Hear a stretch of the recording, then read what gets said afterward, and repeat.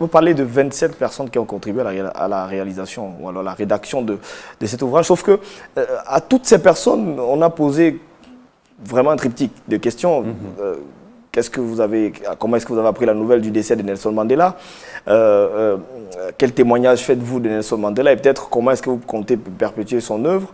Moi, j'ai trouvé ça, particulièrement un tout petit peu redondant, que 27 personnes, jusqu'à 27, quand vous ouvrez un livre, que tout le monde dise la même chose.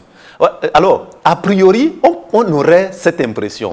Et nous-mêmes, au début, lorsqu'il fallait donner un canevas, parce que cette triptyque de questions, c'était simplement un canevas qu'on donnait à ceux qui devaient répondre.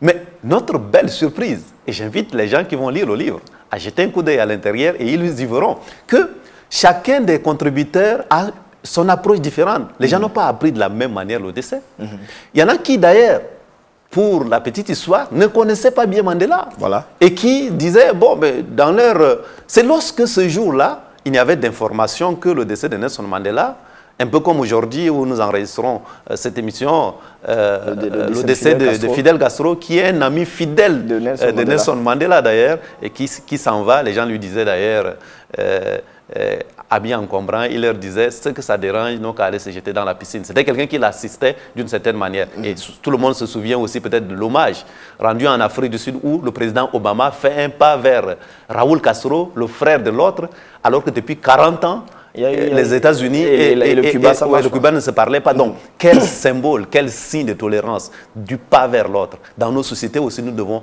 continuer à apprendre un peu ce réflexe de faire le pas vers l'autre et ne pas rester dans les a priori. Donc, nous avons posé les 3 questions aux différents contributeurs, mais chacun d'eux a répondu avec son originalité parce qu'ils avaient la liberté de dire des choses additionnelles et nous apprenons des choses complètement insolites. Et puis, il y avait des éléments, c'est vrai, des éléments qu'on peut appeler comme des éléments fondateurs, les dénominateurs communs. Les 27 années passées par Nelson Mandela, tout le monde rappelait cela comme quelque chose d'exceptionnel.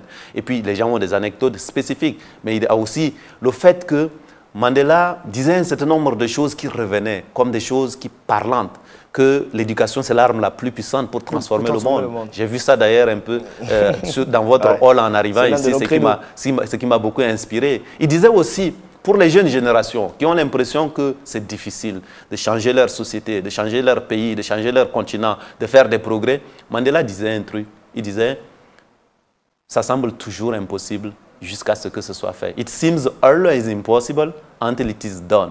C'est ça aussi qu'il nous laisse en héritage. Pour lui dire, ne pensez pas que c'est impossible. C'est toujours possible. Évitez le statu quo. Dans l'ensemble de vos pays, vous pouvez faire des choses.